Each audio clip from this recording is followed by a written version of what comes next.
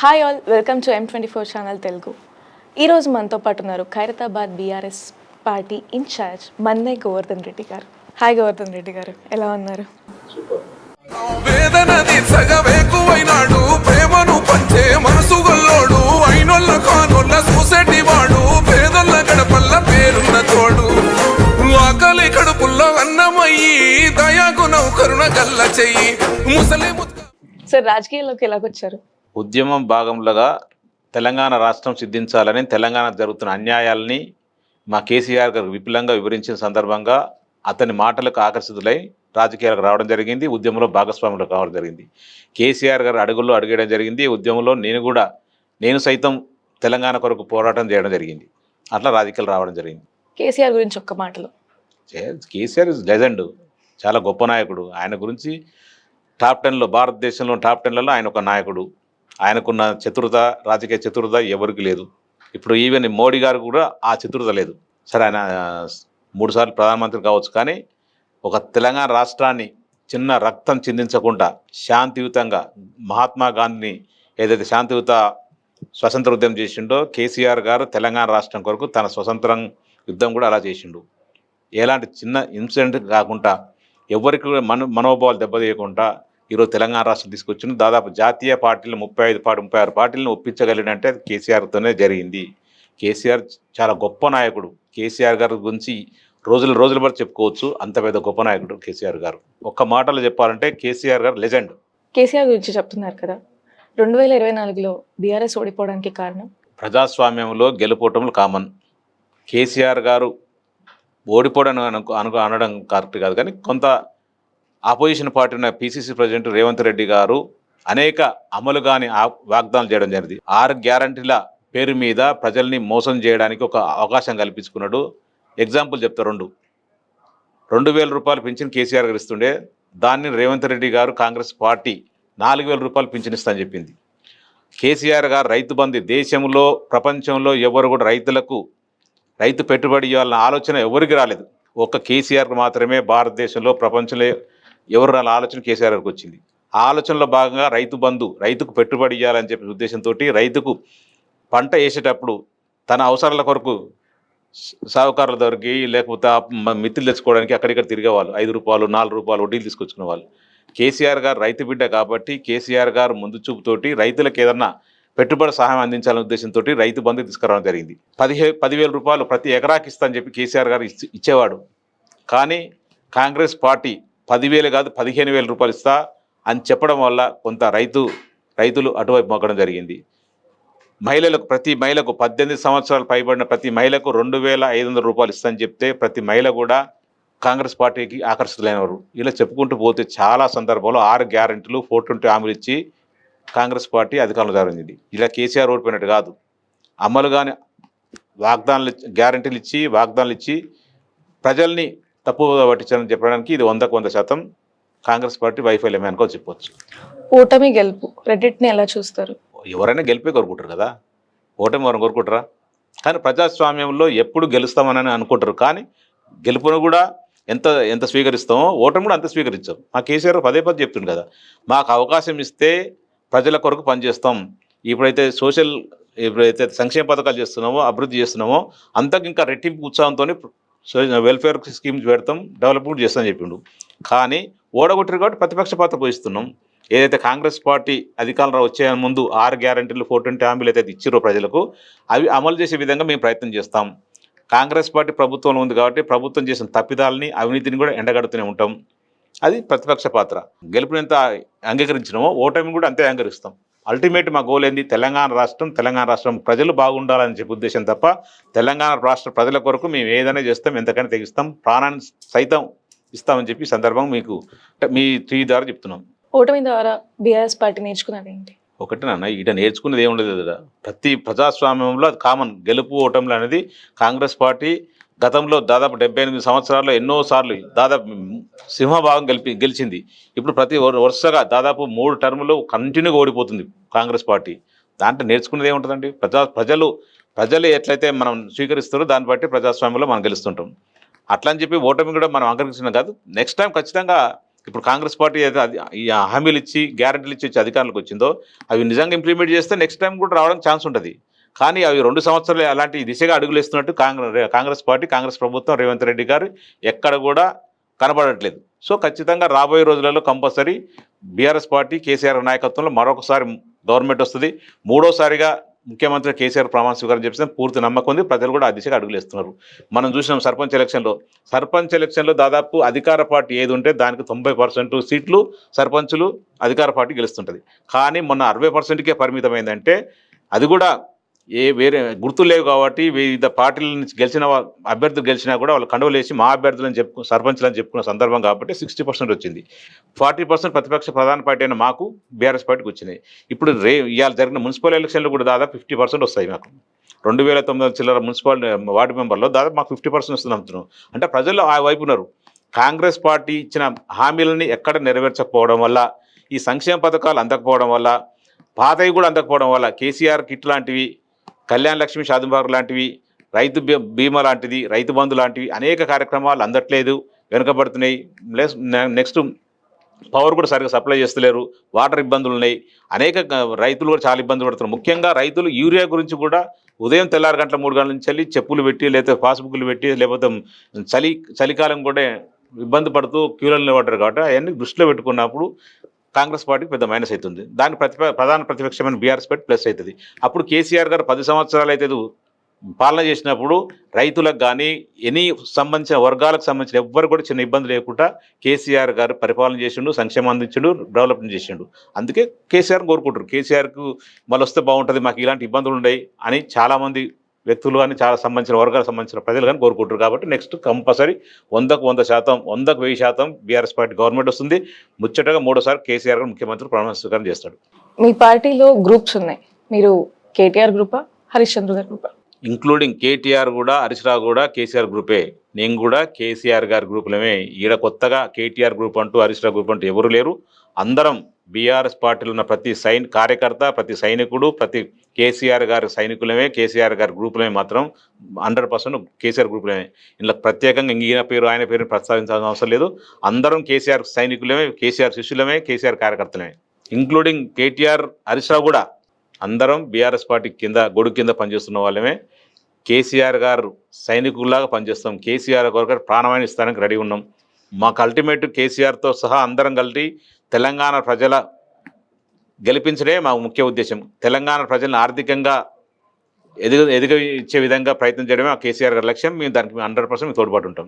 కవిత గారి గురించి మీ అభిప్రాయం? కవిత గారు మా పార్టీలోకి వెళ్ళిపోయారు. ఆమె గురించి ఎంత తక్కువ మాట్లాడితే అంత మంచిది. ఆమె గురించి మాట్లాడాల్సినంత అవసరం లేదు. మా పార్టీలో ఉన్నప్పుడు ఖచ్చితంగా మీరు అడిగే క్వశ్చన్కి ఆన్సర్ చెప్పేవాళ్ళం. ఇప్పుడు ప్రస్తుతం మా పార్టీ నుంచి వెళ్ళిపోయింది కాబట్టి మేము ఆమె గురించి మాట్లాడడానికి ఏం లేదు. పార్టీకి వెళ్ళి డిస్మిస్ అయింది కాబట్టి ఆమె పార్టీ మీద కొన్ని అవాకులు చెవాకులు బయలుతుంది. అది కరెక్ట్ కాదని చెప్తున్నాం. గత ఉద్యమ సమయంలో కానీ 10 సంవత్సరాల అధికారంలో ఉన్నప్పుడు కానీ కవిత గారు మా పార్టీలో ఉన్నారు. మా పార్టీలో ఉన్న రూలింగ్లో అన్నీ అనుభవించారు. ఆమె పాత్ర కూడా చాలా గొప్ప కీలకమైనది. ఇప్పుడు పార్టీలోకి వెళ్ళి డిస్మిస్ అయింది కాబట్టి కొన్ని వ్యాఖ్యలు చేస్తుంది. అది సరికాదని చెప్పి అనుకుంటున్నాం. ఏదంటుంటే ఇంటర్నల్గా మాట్లాడుకుంటే బాగుండేది. రచ్చకెక్కాల్సినంత అవసరం కూడా లేదు. ఇది మేము 100కు 100% దీన్ని మేము ఖండిస్తున్నాం. కవిత గారి వల్ల మీ పార్టీకి నష్టం జరుగుతుంది అంటున్నారు, అది ఎంతవరకు? మా పార్టీకి ఎలాంటి నష్టం జరగదు. మా కేసీఆర్ గారు ఉన్న రోజులు మా పార్టీకి ఎలాంటి డోకా ఉండదు. మా కేసీఆర్ గారు సుప్రీం. కవిత లాంటి వాళ్ళు, నాలాంటి వాళ్ళు చాలామంది వస్తుంటారు, పోతుంటారు. అవి మన పెద్ద పట్టించుకోవాల్సిన అవసరం లేదు. కవిత గారు స్వయంగా కూతురు కాబట్టి ఒక 1-2 months కొంత ఇబ్బందికరమైన ఉండే, కానీ మరో షర్మిలాగా తయారైంది కవిత గారు. మన కవిత గారు మాటలు పట్టించుకునేవారు. మా బీఆర్ఎస్ పార్టీ కార్యకర్తలు ఆమెని పరిగణనలు తీసుకోవట్లేదు. మాకు అల్టిమేట్ గోల్ ఏంటంటే మా కేసీఆర్ గారు ఏం చెప్తే చేయడానికి సిద్ధంగా ఉన్నాం. మా కేసీఆర్ గారే మాకు సుప్రీం. కేసీఆర్ గారే డిస్క్వాలిఫై చేసిన తర్వాత, పార్టీలకి వెళ్ళి తీసేసిన తర్వాత మేము ఆమె గురించి పెద్దగా ఆలోచించాల్సిన అవసరం లేదు. ఆమె వల్ల పార్టీకి పెద్దగా నష్టం ఉండదని చెప్పి పూర్తిగా నమ్ముతున్నాం. అసలు ఫస్ట్లో పార్టీ నుంచి సస్పెండ్ అయిన తర్వాత కొంత ఇబ్బంది ఉండే, తర్వాత అర్థమైపోయింది ఏంటంటే కావాలని ఇంటెన్షనల్గా ఎవరో స్క్రిప్ట్ రాసి చదువుతుందని చెప్పి అర్థమైంది తెలంగాణ ప్రజలందరికీ. కాబట్టి ఆమెను పెద్దగా మనం పరిగణన తీసుకోవట్లేదు. ఆంధ్రప్రదేశ్లో షర్మిలగా ఎలా అయినరో మా తెలంగాణలో కూడా మరో షర్మిలగా అవుతుందని చెప్పి మేము పూర్తిగా నమ్ముతున్నాం. ఎప్పటికైనా సరే కేసీఆర్ గొడుగు కింద రావాల్సిందే. కవిత గారైనా ఎవరైనా సరే కేసీఆర్ గారు గుడి కింద రావాల్సిందే, కేసీఆర్తో పనిచేయాల్సిందే. కేసీఆర్ గారితో ఉన్న రోజులు గౌరవం ఉంటుంది.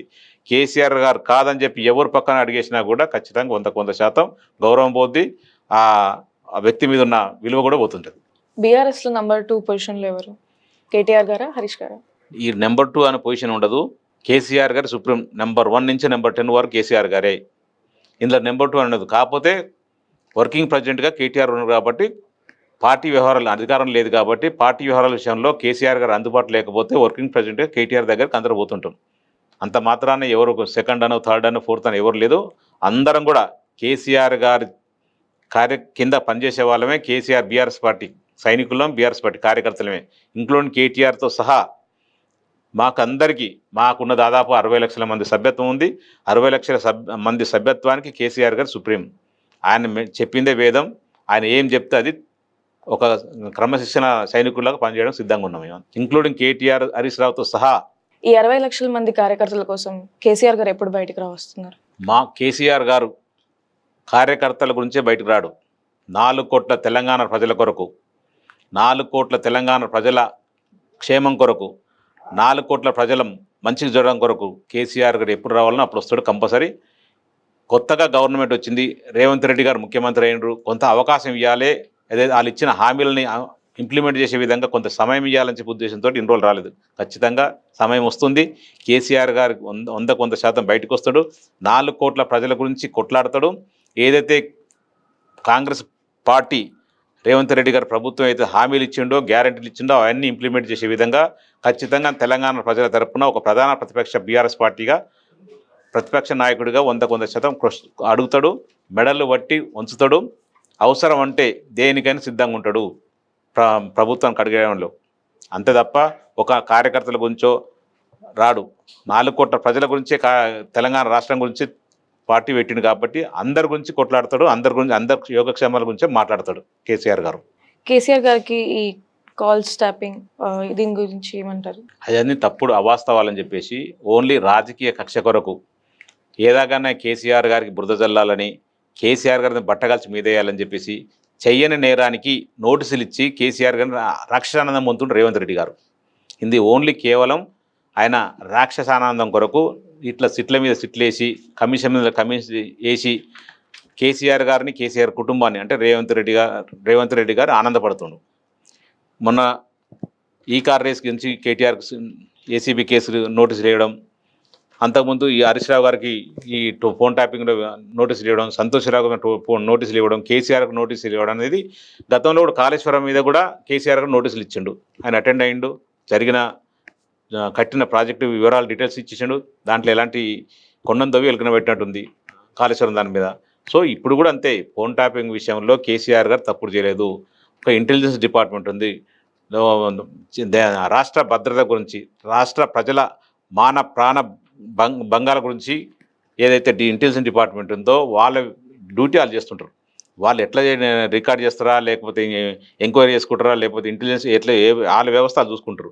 ఓన్లీ ముఖ్యమంత్రి స్థానంలో ఉన్నప్పుడు రిపోర్ట్ తెప్పించుకుంటాడు. ఫలానా సంజన గారు ఏం చేస్తారు, ఫలానా సంజన గారు ఎట్లాంటి వ్యవహారాలు చేస్తుండ్రు, ఆర్థిక భద్రత కల్పిస్తున్నారా, లేకపోతే రాష్ట్ర ప్రజలకు ఇబ్బంది కలిగించే కార్యక్రమాలు చేస్తున్నారా తెలుసుకొని చెప్పమని చెప్తాడు. అంతే తప్ప ఎట్లా చేస్తున్నారు డిపార్ట్మెంట్ విషయం, అది ముఖ్యమంత్రి సంబంధం లేదు. ఇప్పుడు ఉన్న ముఖ్యమంత్రి కూడా, ఇప్పుడు ఈ రోజున్న ప్రభుత్వం కూడా రికార్డ్ చేస్తుంటుంది 100%. ఎందుకంటే వాళ్ళ డ్యూటీ వాళ్ళు కంపల్సరీ, వాళ్ళు డ్యూటీ చేయాల్సిన బాధ్యతను దాన్ని కూడా మనం ప్రశ్నించడం, మన మీద రికార్డ్ చేపిస్తామని చెప్పేసి కొంతమంది చిల్లరగాళ్ళు కేటీఆర్ గారు లేదా హరీష్ రావు గారు వివిధ మొగడు పిల్లల పంచాయలు వింటుర్రని, లేకపోతే సినిమా హీరోయిన్ల మాటలు వింటుర్రని చెప్పేసి చిల్లర మాటలు మాట్లాడుతారు. అవన్నీ తీసుకోవాల్సిన అవసరం లేదు.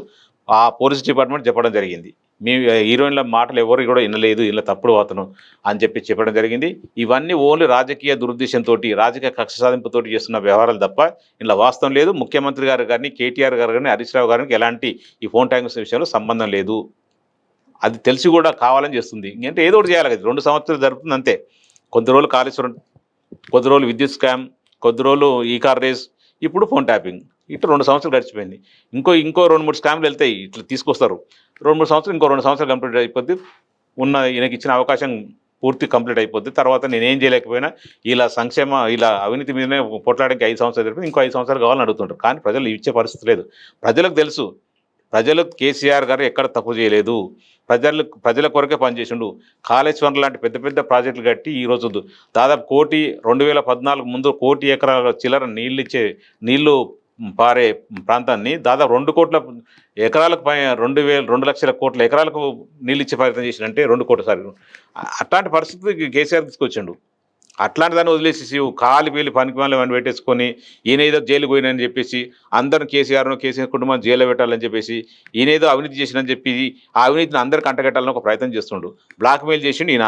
బ్లాక్మెయిల్ చేసి పైకి వచ్చిన రేవంత్ రెడ్డి గారు. ఆ బ్లాక్మెయిల్ కూడా అందరికి అంటగట్టాలని చెప్పేసి ఈ హీరోయిన్లు అంటే కొందరు అంత సింపతి వస్తుంది కదా, హీరోయిన్లను టాప్ చేసిరు లేదా పెళ్ళ మొగల పంచాయతీలు మాటలు విని టాప్ చేసినని చెప్పి సింపతి కొరకు అవన్నీ వాడుతుండు. కానీ అలాంటి నిజం లేదు. 100% ఇది ఫెయిల్ సిట్ అని చెప్పేసి అనుకోవచ్చు. మీరు నిజం చెప్పండి, బీఆర్ఎస్ పార్టీలో అవినీతి జరగలేదా? నేనేమంటానంటే అనుకోవడం ఆరోపించడం ఒక ఎత్తు అయితే నిరూపించడం ఇంపార్టెంట్. మేము 10 సంవత్సరాలు నిజంగా అవినీతి జరిగింటే కేసీఆర్ గారు కానీ హరీష్ రావు గారు కానీ కేటీఆర్ గారిని ఇంకా బీఆర్ఎస్ పార్టీ సంబంధించిన మంత్రులు కానీ ఎమ్మెల్యేలు కానీ కార్యకర్తలు ఎవరైనా అవినీతి చేసి ఉంటే కాంగ్రెస్ పార్టీ అధికారంలోకి వచ్చి 2 సంవత్సరాలైంది. నిరూపించాల్సిన బాధ్యత ప్రతిపక్షంలో ఉన్నప్పుడు 100 చెప్పినావు, 100 ఆరోపణలు చేసినావు రేవంత్ రెడ్డి గారు. ఇప్పుడు ముఖ్యమంత్రి మీరే. 2 సంవత్సరాల ప్రభుత్వం వచ్చింది కాంగ్రెస్ పార్టీ. ఈ 2 సంవత్సరాలను ఒక్కటంటే ఒకటి నిరూపించగలిగితే నిజంగా కూడా ప్రజలు ఆక్షేపిస్తారు, ప్రజలు వెల్కమ్ చెప్తారు. ఏమి ఊరికే ఇప్పటికి కూడా రాజకీయ ఆరోపణలు చేస్తూ ఏదో ప్రతిపక్షం ఉన్నట్టు మాట్లాడుతూ అధికారంలోకి వచ్చినా కూడా మళ్ళీ ఇంకా మీరు ప్రతిపక్షంలో ఉన్నట్టు ఆరోపిస్తే కరెక్ట్ కాదు. మీ చేతిలో అధికారం ఉంది, మీ చేతిలో పవర్ ఉంది, మీ చేతుల్లో వ్యవస్థ ఉంది. ఏమైనా ఆధారాలు ఉంటే నిరూపించి మాట్లాడు. ఇంకా చిన్నపిల్లలకు అసలు మాట్లాడడం కరెక్ట్ కాదు. ప్రజలు ఆక్షేపించరు, మేము కూడా ఆక్షేపించాం. ఖచ్చితంగా దీన్ని తీవ్రంగా ఖండిస్తాం. మేము ఖైరతాబాద్కి బైపోల్ జరుగుతుంది, 100% జరుగుతుంది. ఎందుకు జరుగుతుంది? ఎందుకు జరుగుతుందంటే దానం నాగేందర్ అనే వ్యక్తి 2023 నవంబర్లో మా పార్టీ తరపున మా పార్టీ బీఫామ్ మీద కేసీఆర్ గారి బొమ్మ మీద గెలిచిండు ఎమ్మెల్యేగా. 6 నెలలు తిరగ ముందుకే అదే దానం నాగేందర్ గారు కాంగ్రెస్ పార్టీ బీఫామ్ మీద సికింద్రాబాద్ ఎంపీగా పోటీ చేసిండు. 100% టెక్నికల్ దొరికింది కాబట్టి పార్టీ మారిన 10 మంది ఎమ్మెల్యేలో మొదటగా డిస్క్వాలిఫై అయ్యేది దానం నాగేందరే. మిగతా 9 మంది ఎన్ని రీజన్స్ చూపించి ఎన్ని అబద్ధాలు అసత్యాలను టెక్నికల్గా వాడుకున్నా కూడా లేదా రాజ్యాంగంలో చిన్న ఎవిడెన్స్లు వాడుకొని పక్కదప్పున్నా కూడా నాగేందర్ గారు 100% డిస్క్వాలిఫై అవుతాడు. ఎందుకంటే ఎంపీగా పోటీ చేసిండు కాబట్టి. సో ఖచ్చితంగా ఎన్నికలు వస్తాయి ఖైరతాబాద్ కాన్స్టిట్యూన్సీలో. ఖైరతాబాద్ కాన్స్టిట్యూన్సీ ఎన్నికలు వస్తాయి. కాంగ్రెస్ పార్టీ అభ్యర్థిగా దానం నాగేందర్ దిగుతాడు, బీఆర్ఎస్ అభ్యర్థిగా నేను దిగుతాను, కేసీఆర్ సైనికుడిగా పనిచేస్తాను. ఖైరతాబాద్ కాన్స్టిట్యూన్సీలో 100% ఈసారి బీఆర్ఎస్ పార్టీ జెండా ఎగురుతుంటుంది, గులాబీ జెండా ఎగురుతుంది. కేసీఆర్ గారి బొమ్మతో 100% గెలుస్తుంది, కేసీఆర్ గెలుస్తాడు. బీఆర్ఎస్ పార్టీ బీజేపీలో మర్జ్ అవుతుంది అంటున్నారు. మా పార్టీ ఉద్యమం చేసిన పార్టీ, తెలంగాణ రాష్ట్రం తీసుకొచ్చిన పార్టీ, తెలంగాణ సాధకుడు కేసీఆర్ గారు. అట్లాంటి వ్యక్తిని దాదాపు 10 సంవత్సరాలు తెలంగాణ రాష్ట్రం తీసుకురావడమే కాదు 10 సంవత్సరాలు తెలంగాణ రాష్ట్రాన్ని దేశంలో నెంబర్ రాష్ట్రానికి తీర్చిచ్చిన ఘనత కేసీఆర్ దక్కుతుంది. అట్లాంటి సాధకుడు తెచ్చిన తెలంగాణని, అట్లాంటి డెవలప్ చేసిన తెలంగాణని బీజేపీ పార్టీలు ఇక్కడ ఏం 10%, 12% ఉంటుంది. అట్లాంటి పార్టీలు మేము మెర్జ్ చేయాల్సిన అవసరం ఉంటుంది. ఇవన్నీ కావాలని చెప్పి కుట్రలో భాగం ఇది. బీఆర్ఎస్ పార్టీని ఇరుకులో పెట్టాలి, బీఆర్ఎస్ పార్టీ ఎదగకుండా చూడాలని చెప్పి ఉద్దేశం తప్ప ఇందులో వాస్తవం లేదు. మేము ఎవరి పార్టీలో అసలు పొత్తే పెట్టుకోకుంటే మేము విల్లేందుకు చెప్పండి. అనటానికి బుద్ధి ఉండాలి, అనేవానికి కొంచెమైనా బుద్ధి జ్ఞానం ఉండాలి. మేము విలీనం పెట్టుకోవడానికి ఛాన్స్ లేదు. మేము 2014లో ఒంటరిని పోటీ చేసినాం, 2018లో ఒంటరిని పోటీ చేసినాం, 2023లో ఒంటరిని పోటీ చేసినాం. రేపొద్దున ఎప్పుడు ఎలక్షన్ వచ్చినా కూడా ఒంటరినే పోటీ చేస్తాం. మీ ఎవరితో పొత్తు పెట్టుకోవాల్సిన అవసరం లేదు. మాకు తెలంగాణ ప్రజలే ప్రమాణికం, తెలంగాణ ప్రజల గురించే కొట్లాడతాం, తెలంగాణ ప్రజలు ఏం కోరుకుంటే అది చేస్తాం. అంతే తప్ప మేము ఎవరితో పొత్తు పెట్టుకోం. విలీనం అనేది ముచ్చటే లేదు. అసలు ఆ టాపికే అసందర్భం. మీరంత కాన్ఫిడెన్స్గా చెప్తున్నారు కదా, రేపు మీ నియోజకవర్గానికి నేను వెళ్ళి ప్రజలు దానం నాగేందరా లేదంటే మన్నే గోవర్ధన్ రెడ్డి గారా అని వెల్కమ్. ఖైరతాబాద్ కాన్ఫరెన్స్కి మీరు ఎప్పుడైనా రావచ్చు. ఎనీ టైం ఎక్కడ ఏ బస్సు పోయినా, ఏ కాలనీకి పోయినా, ఏ అపార్ట్మెంట్కి పోయినా మీరు అడగవచ్చు. సంతోష్ వెల్కమ్ చెప్తున్నాం. ఖచ్చితంగా దానం నాగేందర్ గారు 2009 నుంచి 2014 వరకు ఖైరతాబాద్ కాన్ఫరెన్స్ ఎమ్మెల్యేగా ఉన్నాడు, మంత్రిగా ఉన్నాడు. అప్పుడు ఏం చేసిండో ఒకసారి అడగండి. 2014 నుంచి 2018 వరకు ఓడిపోయిండు. అప్పుడేమన్నా ప్రజలను మంచి కష్టసుఖాల్లో పాల్గొన్నాడో అడగండి. 2018 తర్వాత 2023 వరకు మళ్ళీ ఎమ్మెల్యేగా ఉన్నాడు. 2023 నుంచి ఇప్పటివరకు ఎమ్మెల్యే ఉన్నాడు. ఏమాత్రం తెలంగాణ ఖైరతాబాద్ కాన్స్టిట్యూన్సీ ప్రజలకు చిన్న పని ఉపయోగపడిందంటే నేను దేనికంటే దానికి రెడీ. ఏ కష్టానికైనా తెలంగాణ ఖైరతాబాద్ కాన్స్టిట్యూన్సీ ప్రజల కష్టాలకు కానీ సుఖాలకు కానీ మంచికి కానీ చెడుకు కానీ ఏదైనా వచ్చి వాళ్ళు నేను ఎమ్మెల్యేగా మీ ఇంటి పెద్ద దిక్కులా ఉన్నా అని చెప్పేసి ఒక్కరితోనే అనిపించండి, మేము దేనికైనా సిద్ధంగా ఉన్నాను. నిజంగా ఖైరతాబాద్ కాన్స్టిట్యూన్సీ సమస్యలు లేవంటే ఉన్నాయి సమస్యలు. ఆ సమస్యలు శాశ్వత పరిష్కారం కొరకు ఏమన్నా ఈ 2 సంవత్సరాల్లో కాంగ్రెస్ పార్టీకి పోయింది కదా, కాంగ్రెస్ పార్టీని డెవలప్మెంట్ గురించి పోయినా, నా ఖైరతాబాద్ కాన్స్టిట్యూన్సీ ప్రజల మంచి కొరకు పోయినా అని చెప్తుండు కదా. ఆ మంచి కొరకు పోయినప్పుడు ఏ మంచి చేసిండో ఖైరతాబాద్ కాన్స్టిట్యూన్సీ ప్రజలు మీరే మీ టీవీ ద్వారా అడగండి. నెక్స్ట్ ఈ శాశ్వత పరిష్కారం కొరకు ఏమైనా నిధులు తెచ్చిండా కాంగ్రెస్ పార్టీ నుంచి, రేవంత్ రెడ్డి ముఖ్యమంత్రి దగ్గర నుంచి స్పెషల్ నిధులు వచ్చినాయా, ఏమైనా డెవలప్ చేసిండా, ఏమైనా డ్రైనేజ్ చేసిండా, ఏ మాత్రం మంచి పనులు చేసినట్టు చూపించండి, మేము దేనికని రెడీ. ముఖ్యంగా మీరు అడిగారు ఖైరతాబాద్ కాన్స్టిట్యూన్సీలో దానం నాగేంద్ర కోటేస్తారా మన్నె గోవర్ధన్ రెడ్డి కోటేస్తారా అని అడుగుతారు కదా. 100% మన్నె గోవర్ధన్ రెడ్డి కోటేస్తారు. ఎందుకు చెప్తున్నంటే నేను 2010 నుంచి ఖైరతాబాద్ కాన్స్టిట్యూన్సీ ప్రజలు పట్టుకొని ఉన్నా. నాకు టికెట్ 2014 ఖైరతాబాద్ కాన్స్టిట్యూన్సీ పోటీ చేసినా, ఓడిపోయినా కూడా ఏ రోజు కూడా వెనకడికి వేయలేదు. 2014 నుంచి 2018 దాకా ఖైరతాబాద్ కాన్స్టిట్యూన్సీ ప్రజలతోనే ఉన్నా, యాజ్ ఇన్ఛార్జిగా ఉన్నా. 2018 దానా నాగేందర్ మా పార్టీకి వచ్చి ఎమ్మెల్యే గెలిచినా కూడా నేను పార్టీ కాన్స్టిట్యూన్సీ ప్రజల్ని ఎక్కడా వదిలేదు. ఆయన ఎమ్మెల్యే ఉండి నన్ను ఎంత ఇబ్బందులు పెట్టినా కూడా నేను ప్రజల్ని ఖైరతాబాద్ కాన్స్టిట్యూన్సీ ప్రజల్ని పట్టుకున్నా. ప్రజల సంక్షేమం కొరకు పోరాడినా. మంచి కార్యక్రమానికి చెడు కార్యక్రమాన్ని పెళ్లిళ్లకు సావులకు అన్నిటికంటేనైనా ఏ చిన్న రీజన్ ఏదో డ్రైనేజ్ పొంగినా ఏ సమస్య ఉన్నా కూడా నేను ముందుండి కొట్లాడినా. ఆయన లెక్క పారిపోలేదు. 2014లో ఆయన ఓడిపోగానే 2018 దాకా అడ్రస్ లేకుండా పోయిండు, కానీ నేను అట్లా పోలేదు. 2010 నుంచి ఈ రోజు వరకు ఈ నిమిషం ఈ రోజు కూడా పోయి వచ్చిన సమస్యల మీద. సో నాకు ఓట్లు వేస్తారా ఒకసారి మీరు పోయి మీ టీవీ ద్వారా ప్రజల్ని అడగండి, ప్రజలే ఆన్సర్ చెప్తారు. ఖచ్చితంగా దానం నాగేందర్ని 100 మీటర్లు కాదు 1000 మీటర్ల గొయ్యి తీసి అందరు పాతి పెట్టడానికి ఖైరతాబాద్ కాన్స్టిట్యూన్సీ ప్రజలు సిద్ధంగా ఉన్నారని మీకే తెలుస్తుంది మీరు ఒకసారి ప్రజలకు పోతే. మీరు ఇచ్చిన ఛాలెంజ్కి మేము యాక్సెప్ట్ చేస్తాం. వెల్కమ్. నేను ముందే చెప్తున్నాను, వెల్కమ్, రండి చూడండి. దానం నాగేందర్ భాగోతం ఏంది, దానం నాగేందర్ ఇప్పటివరకు ఖైరతాబాద్ కాన్స్టిట్యూన్సీ ప్రజలకు ఏం చేసిండు, ఎప్పుడన్నా ఇంటి కనీసం ఆయన ఆఫీస్కి పోతే ఎవరైనా కూర్చోబెట్టి మంచిని దాపిన సందర్భంలో చూడండి. పని చేయకపోతే చేయకపోయింది, వచ్చిన ఓటర్స్ అనుకోండి ఖైరతాబాద్ ప్రజలను అనుకోండి కూర్చోబెట్టి మంచిని దాపి నీకు ప్రాబ్లం ఏందని అడిగిన సందర్భం ఉందో చూడండి. ఎప్పుడు చూసినా రుసరుసలాడతాడు, బూతులు తిడుతుంటాడు, ఎందుకు వచ్చిరా మా ఇంటికి అని చెప్తుంటాడు తప్ప ఏ రోజు కూడా ఖైరతాబాద్ కాన్స్టిట్యూన్సీ ప్రజలను కూర్చోబెట్టి మాట్లాడి నీ కష్ట సుఖాల్లో పార్టిసిపేట్ చేయడు కూడా. ఆయనకు ఓపిక కూడా లేదు. ఆల్రెడీ దానం నాగేంద్ర అంటే బ్రాండ్ అని చెప్తుంటారు కదా, ఆ బ్రాండ్ ఎప్పుడో బ్యాండ్ అయిపోయింది. ఇప్పుడు దానం నాగేంద్ర నమ్మే పరిస్థితి లేదు. దానం నాగేందర్ ఆగం నాగేందర్ అయ్యిండు. ఎందుకంటే నా గర్క నా ఘాట్క అటు కాంగ్రెస్లో కాకుండా ఇటు బీఆర్ఎస్ కాకుండా నడి రోడ్డు మీద నంగగా తిరుగుతున్నాడు. ఆయన పరిస్థితి అట్లా దిగజారిపోయింది. సో ఆయన గురించి మనం ఎంత తక్కువ మాట్లాడితే అంత మంచిది. దానం నాగేందర్ అనే రాజకీయ వ్యవస్థ మొత్తం క్లోజ్ అయిపోయింది. దానం నాగేందర్ని అటు రాజకీయ పార్టీలు కానీ అటు ఖైరతాబాద్ కాన్స్టిట్యూన్సీ ప్రజలు కానీ నమ్మే పరిస్థితి లేదు. దానం నాగేందర్ చరిత్ర ఒడిచిపోయిన చరిత్ర. దానం నాగేంద్ర గారు తిరిగి బీఆర్ఎస్లోకి వస్తే మీరు యాక్సెప్ట్ చేస్తారా? మొన్ననే సిగ్గు లేకుండా 1 వీక్ అంటే మొన్న ఒకసారి చెప్తుండే నేను కూడా బీఆర్ఎస్ పార్టీ ఎమ్మెల్యేనే, సిగ్గు శరం లేకుండా చెప్తు కదా రాజకీయాన్ని మొత్తం భ్రష్టు పట్టిస్తారు ఇట్లా దానం నాగేంద్ర లాంటి రాజకీయ నాయకులు. ఇంత చిల్లరగలరు ఏంటంటే కనీసం ఏ పార్టీలో ఉన్నామో ఏ పార్టీలో గెలిచినామో ఈ ప్రజెంట్ ఏ పార్టీలో ఉన్నామో అని చెప్పుకునే ధైర్యం కూడా చేయలేకపోతారు. అంత దిగజారిపోయారు దానం నాగేందర్. అంతకుముందుకేమో నేను కాంగ్రెస్ పార్టీ ఎమ్మెల్యేనే, రాబోయే జిహెచ్ఎంసీ ఎలక్షన్లో ఎంఐఎంతో కలిసి మెజార్టీ సీట్లు సాధిస్తామని చెప్పిన గొప్ప మొగాడు. ఈ కొద్ది డిస్క్వాలిఫై రాగానే ఇమీడియట్లీ మాట మార్చిండు, నేను నేను బీఆర్ఎస్ పార్టీ ఎమ్మెల్యే అని చెప్పించి. మేము ఒకటే అడుగుతున్నా, సూటిగా ప్రశ్నిస్తున్నాను దానం నాగేందర్ గారిని, ఫస్ట్ నువ్వు ఏ పార్టీలో గెలిచినావు ఏ పార్టీలో ఒకసారి చెప్పాలి. ధైర్యం కూడా చేయవా?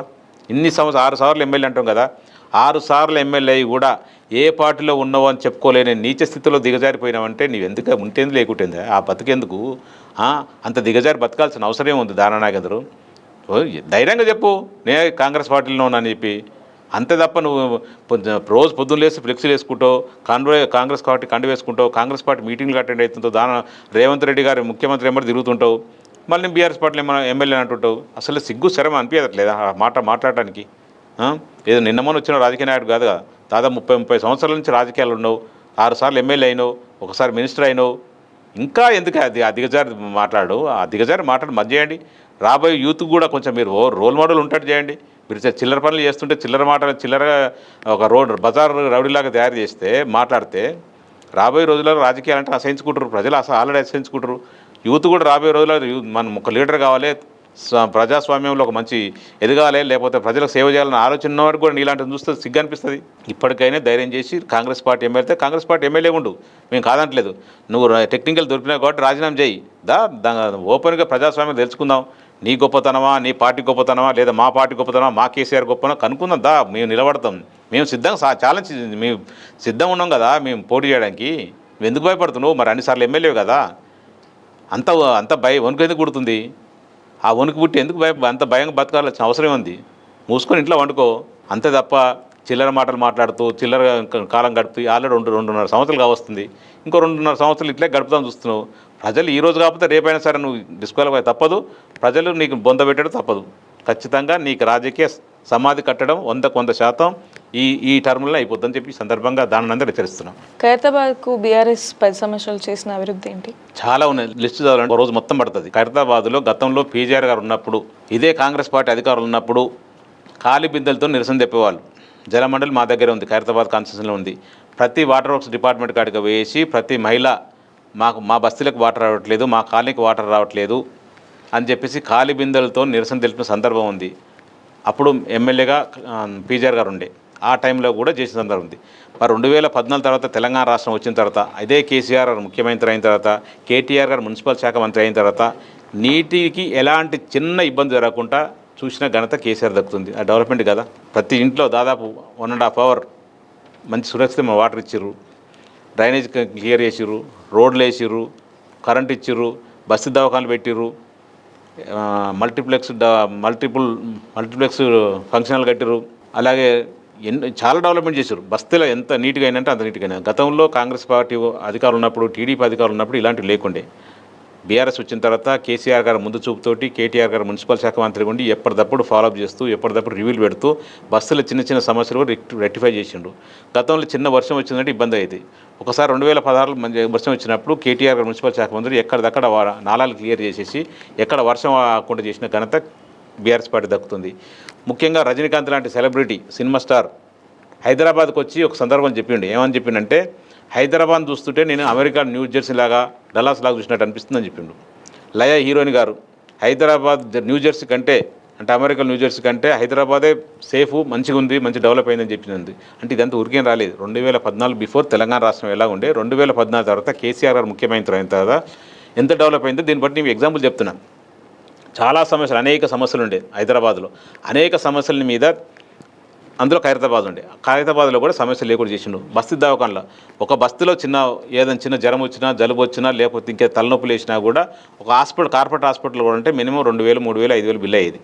అట్లాంటి ఇబ్బంది పడకుండా కేసీఆర్ గారు పేదవాడికి అందుబాటులో ఉండే విధంగా బస్సు దవాఖాన పెట్టి అక్కడ ఎంబీబీఎస్ డాక్టర్ని పెట్టేసి అక్కడ దానికి సంబంధించిన వెసులుబాటు దాదాపు 110, 120 ఉచిత టెస్టులు పెట్టేసి డయాగ్నోస్ చేసి 120 రకాల మందులు ఫ్రీగా ఇచ్చిండు.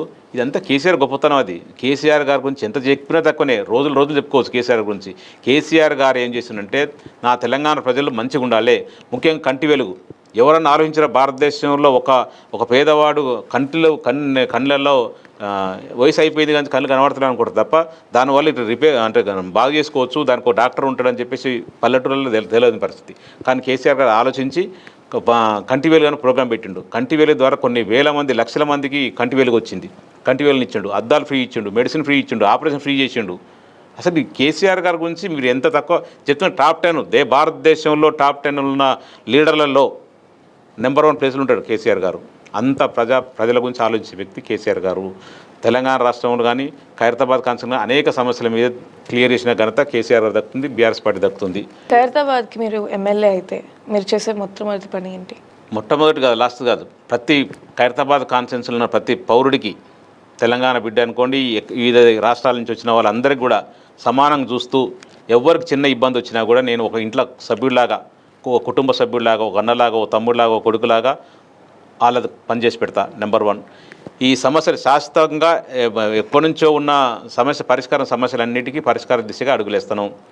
నేను ఏ పార్టీలు ఉన్నా, నీ అధికార పార్టీలు ఉన్నా లేకపోతే ప్రతిపక్ష పార్టీలు ముఖ్యం కాదు. నేను ఎమ్మెల్యేగా గెలిపించిర్రు, ఖచ్చితంగా ఖైరతాబాద్ కాన్సెన్స్ ప్రజలకు అందుబాటులో ఉండి వాళ్ళ సమస్యలు తీర్చే విధంగా ప్రతి నిత్యం ప్రతి నిమిషం ప్రతి సెకండ్ కూడా పనిచేస్తానని చెప్పి ఈ సందర్భంగా మీ M24 టీ ద్వారా చెప్తున్నాను.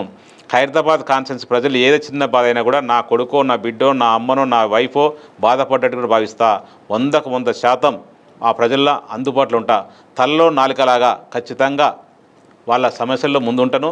ప్రతి ఇంట్లో ఏ చిన్న సమస్య వచ్చినా ఫస్ట్ వాళ్ళ పేరెంట్స్ కంటే లేకపోతే వాళ్ళ కుటుంబ సభ్యుల కంటే ఫస్ట్ గుర్తొచ్చే విధంగా ఒక మా ఎమ్మెల్యే ఉన్నాడు, మా కుటుంబ సభ్యుడు ఉన్నాడు, ఏదైనా ఆదుకుంటాడు, ఏ కష్టం వచ్చినా మమ్మల్ని ఆదుకుంటాడు, ఏ కష్టం వచ్చినా మాకు ముందు ఉంటాడని చెప్పేసే విధంగా నేను ప్రయత్నం చేస్తా. ఈ సమస్య ఆ సమస్య కాదు, ఏ సమస్యను కూడా నేనే ఉంటా ముందు. ప్రతి ఇంట్లో అటు ఏ మంచి కార్యక్రమం కానీ చెడు కార్యక్రమం కానీ ఏ సమస్య వచ్చినా కూడా నేను ఉండడం విధంగా ప్రయత్నం చేస్తా. 24 గంటలు మా ఖైరతాబాద్ కాన్సెన్స్ ప్రజలకు అందుబాటులో ఉంటా. 119 కాన్సెన్సులు తెలంగాణ రాష్ట్రంలో ఉన్నాయి. 119 కాన్సెన్స్లో నెంబర్ 1 కాన్సెన్స్గా ఖైరతాబాద్ తీర్చిదిద్దా. మిగతా 118 కాన్సెన్స్లకు రోల్ మోడల్గా ఖైరతాబాద్ కాన్సెన్స్ చూసే విధంగా తీర్చిదిద్దడానికి ముందు ఉండాలని చెప్పి సందర్భంగా మీ M24 టీవీ ద్వారా చెప్తున్నాను.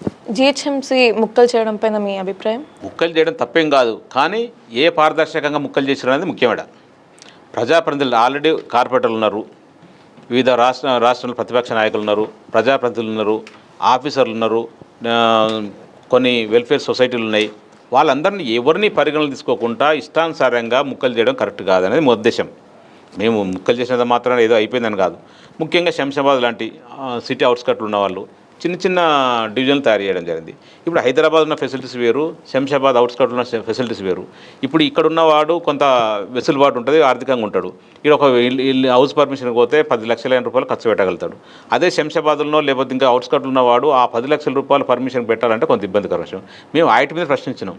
ఇప్పుడు రేవంత్ రెడ్డి గారు కాంగ్రెస్ ప్రభుత్వం ఏం చేసినామంటే కలపడం తప్పేం కాదు, కానీ ఏ ప్రతిపాదక మీద కలిపిర్రు. ఇక్కడ ఉన్న ఇన్ఫ్రాస్ట్రక్చర్ వేరు, అవుట్స్కట్లో ఇన్ఫ్రాస్ట్రక్చర్ వేరు.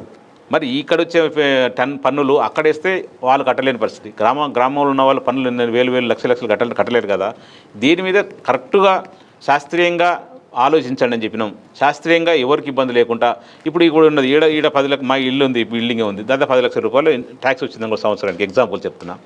ఈ 10 లక్షల రూపాయలు ఇదే బిల్డింగు శంషాబాద్లో లేకపోతే ఇంకెక్కడ అవుట్స్కట్లు ఎక్కడ ఉంటే 10 లక్షలు కట్టలేడు కదా. మేము ఆ పన్నులను రాయితీ ఇవ్వండి, డెవలప్మెంట్ రాయితీ ఇవ్వండి, స్పెషల్ ఫండ్ ఇవ్వండి. అక్కడ అవన్నీ డెవలప్ అయిన తర్వాత సమానంగా హైదరాబాద్తో సమానంగా మొత్తం 300 డివిజన్లు పెట్టాలని చెప్పేసి మా కోరిక. అందుకే మా వ్యక్తిగతంగా మాకు వచ్చేదేం లేదు. ఇక్కడ తెలంగాణ ప్రజలు కాబట్టి, ఇది హైదరాబాద్ చుట్టూ ఉన్న వాళ్ళందరూ కూడా మన ప్రజలు కాబట్టి వాళ్ళ ఇబ్బందులకు గురి కావద్దు, వాళ్ళకి అన్ని మౌలిక వసతులు కల్పించాలి, వాళ్ళ రోడ్లు అన్ని ఇన్ఫ్రాస్ట్రక్చర్ రావాలని చెప్పేసి ఉద్దేశంతో ప్రభుత్వం సూచన ఇవ్వడింది. కానీ ప్రభుత్వం పెడచెవిన పెట్టింది. ప్రభుత్వం తను అనుకున్నదే మొండిగా ఊరేస్తుంది.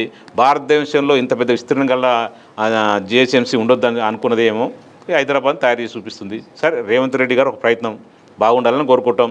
కాకపోతే ఇప్పటికైనా మేము ఏమని చెప్తున్నారంటే అవుట్స్కట్లు ఉన్న వాళ్ళని ఏదైతే విలీనాలు చేసినారో, మున్సిపాలిటీలని కార్పొరేషన్ విలీనాలు చేసినారో వాళ్ళకి స్పెషల్ ఫోకస్ పెట్టండి, స్పెషల్ ఫండ్ ఇవ్వండి, స్పెషల్ ఇన్ఫ్రాస్ట్రక్చర్ ఇవ్వండి అని చెప్పేసి ఈ కాంగ్రెస్ పార్టీని కోరుకుంటున్నాం. ఆంధ్రాలో శ్రీవారి లడ్డు పైన జరుగుతున్నాయి కొన్ని గొడవలు, దానిపైన మీ అభిప్రాయం? 100% నిజంగా కూడా వైఎస్ఆర్సీపీ గవర్నమెంట్ జగన్ గారికి ఏమైనా తప్పు చేసి ఉంటే 100% శిక్షార్హుడు. అది ఎంతవరకు అనేది ఇంతవరకు ఎవరు చెప్పట్లేదు. ఊకే రాజకీయ ఆరోపణలు తప్ప నిజాలను ఎవరు కూడా ఇంతవరకు నిరూపించట్లేదు. కొన్ని ఫోరెన్సిక్ ల్యాబుల్లో వాళ్ళు ఏం జరగలేదంటారు, కల్తీ నెయ్యి కాలేదంటారు, లేకపోతే ఇంకే వేరే కెమికల్ కలలేదంటారు. కొందేమో కలిసిందని చెప్పి అక్కడ ఉన్న ప్రజెంట్ ముఖ్యమంత్రి చంద్రబాబు నాయుడు గారు లేకపోతే ఆయన వర్గం అని చెప్తున్నారు. అది ఏదేమైనప్పటికీ దేవుని విషయంలో మాట్లాడదు. దేవుని విషయంలో గతంలో కొంతమంది నాయకులు కొంచెం చిల్లర మాటలు మాట్లాడి ఇబ్బంది పడ్డం మనం చూస్తున్నాం. మనకు కూడా అంతే. వెంకటేశ్వర స్వామి గురించి ఏదైనా చిల్లర తప్పుగా మాట్లాడితే మనకు కూడా ఏదో పనిష్మెంట్ అవుతుంటుంది. ఇప్పటికైనా దయచేసి రాజకీయాన్ని దేవుని కంటగట్టకండి. అక్కడ ఏ పార్టీ అయినా సరే, ఏ వ్యక్తి అయినా సరే, నిజంగా లడ్డు విషయంలో ఏదైనా కల్తీ జరిగితే మాత్రం 100% శిక్షార్హుడు, దాన్ని శిక్షించాల్సిందే. మనం ఎవరు కూడా ఎవరైనా ఉండని, అది ఈ వ్యక్తి ఆ వ్యక్తి ఈ పేరు ఆ పేరు కాదు, 100% దేవుడి విషయంలో ఎవరు చిన్న కల్తీ చేసినా కూడా శిక్షార్హుడికి శిక్షించాల్సిందే. కానీ రాజకీయ ఆరోపణలు పక్కన పెట్టేసి దేవుని కూడా వాడుకోకండి. దేవుడికి ఏదో పలానా పార్టీ కూడా అన్యాయం చేసిండు, మేమేదో గొప్ప చేసినాం, మేమైతేనే దేవుని కాపాడు, తప్పదు. అసలు నాన్సెన్స్ అది.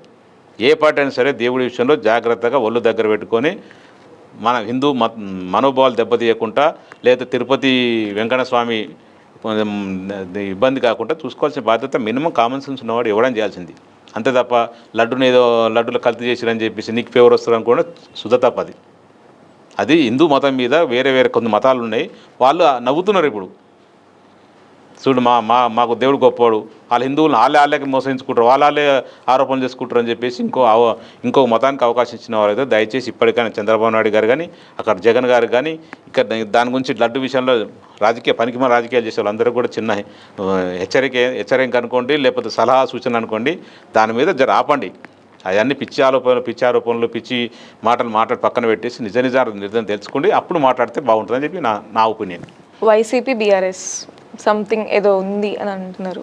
ఏముంటుందండి, పక్క రాష్ట్రం, కొత్తగా ముఖ్యమంత్రి అయిన రాజశేఖర రెడ్డి కొడుకు, మా సలహా సూచనలు అడిగించినాం, దాని తప్పే ఉంది. కలిసి ఉండాలని అందరూ అంటుంటారు కదా. అంటే మీరు రేవంత్ రెడ్డి చంద్రబాబు నాయుడు కలిసి ఉంటేనేమో ఒక రకం ఉంటుంది, లేకపోతే జగన్ కేసీఆర్ గారు కలిసి ఒక రకం ఉంటుందా? పక్క రాష్ట్రం ఆయన వచ్చిండు, సలహా సూచనలు అడిగిండు, కలిసి సర్దుకుందాం అన్నాడు, కలిసి ఏదైతే మనం విభజన చట్టంలోని అన్ని సాల్వ్ చేసుకుందాం అనుకుంటు. అంతే తప్ప మాకేం మా రాష్ట్రం మా ఇంపార్టెంట్, ఆయన రాష్ట్రం ఆయనకి ఇంపార్టెంట్, ఆ రాష్ట్ర ప్రజలు ఆయనకు చాలా ఇంపార్టెంట్, ఆ రాష్ట్ర ప్రజల గురించి ఆయన పనిచేస్తాడు, మా రాష్ట్రం కూడా మాకు ఇంపార్టెంట్, మా రాష్ట్ర ప్రజలు కూడా మేము పనిచేస్తాం. అంతే తప్ప ఇంకంతే. పక్కన కర్ణాటక ఎంతనో ఆంధ్రప్రదేశ్ ఎంత, పక్కన ఛత్తీస్గఢ్ ఎంతనో ఆంధ్రప్రదేశ్ ఎంత, మహారాష్ట్ర ఎంతనో ఆంధ్రప్రదేశ్ ఎంత. అంతే తప్ప పక్క రాష్ట్రాలు పొరుగు రాష్ట్రాలతో కలిసి ఉండాలనే ఉద్దేశం తప్ప మాకు ఇంత లేదంటే లేదు. చంద్రబాబు నాయుడు లెక్క రెండు కాల సిద్ధాంతం కాదు. ఓపెన్ ఆయన చెప్పిండు క్లియర్గా, విడిపోయింది, మేము ఆంధ్ర రాష్ట్రానికి పరిమితమైందని చెప్పిండు, మేము తెలంగాణ రాష్ట్రం పరిమితమైందాం. ఆయన ఏం చెప్పిండు చంద్రబాబు నాయుడు, రెండు కాల సిద్ధాంతం, నాకు ఆంధ్రప్రదేశ్ ఒకటే తెలంగాణ ఒకటే, రెండు కళ్ళు లాంటిది అని చెప్పిండు. నీతులు చెప్పడం, నీతులకు పరిమితం తప్ప చంద్రబాబు నాయుడు ఎవరు నమ్మే పరిస్థితి లేదు. చంద్రబాబు నాయుడు లాంటి గురించి జగన్ గురించి మాట్లాడడం కరెక్ట్ కాదు. మా రాష్ట్రం మాకు ఇంపార్టెంట్, మా రాష్ట్రం చుట్టూ ఉన్న వాళ్ళ రాష్ట్రాలన్నింటినీ గౌరవిస్తాం, వాళ్ళకి కావాల్సిన ఏమైనా సహాయ సహకారాలు అందిస్తాం. ఆంధ్రాలో రివెంజ్ రాజకీయాలు జరుగుతున్నాయి, ఎస్, అలా తెలంగాణలో కూడా జరిగే ఛాన్సెస్ ఉన్నాయా? అట్లాంటి ఛాన్స్ అసలు కొంత శాతం ఉండేవి. ఆంధ్ర రాజకీయాలు వేరు, తెలంగాణ రాజకీయాలు వేరు. తెలంగాణలో సౌమ్యులు, అట్లా చిల్లర పనులు ఎప్పుడు ఆంధ్రకు సంబంధించిన వాళ్ళు చేసినట్టు రాజకీయ ఆరోపణలు చేసుకోవడం, లేకపోతే ఇంటి మీద పోయి కొట్లాడే అట్లాంటి పరిస్థితులు తెలంగాణలో ఇంకా రాలేదు, రావద్దు కూడా.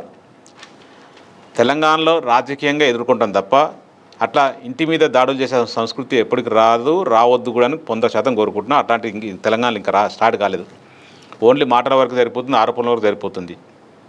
అట్లే ఉండాలి. కానీ అందరం సరే ఈ పార్టీలో నేను ఉంటాను, ఇంకో పార్టీ ఇంకోటి ఉంటానని పక్కన పెడితే అల్టిమేట్ గోల్ ఏంటంటే ఎమ్మెల్యే అయినా సరే, ఒక అధికార పార్టీ అయినా సరే, తెలంగాణ ప్రజలకు ఏ ప్రాంతంలో ఉన్నావో, ఇప్పుడు నేను ఒక ఎగ్జాంపుల్, నేను ఎమ్మెల్యే అనుకోండి ఖైరతాబాద్ కాన్స్టిట్యూన్సీ, నా ఖైరతాబాద్ కాన్స్టిట్యూన్సీ ప్రజలకు యోగక్షేమాల కొరకు నేను నా ప్రాణాన్ని వదులుతా, నా ప్రాణాన్ని వడ్డిస్తా. నా ఖైరతాబాద్ కాన్స్టిట్యూన్సీ ప్రజల మంచి కొరకు, వాళ్ళకి మంచి జరుగుతుందంటే ఎంతకైనా తెగిస్తా, ఎంతకైనా కొట్లాడితే ఎంత దూరమైనా వస్తా.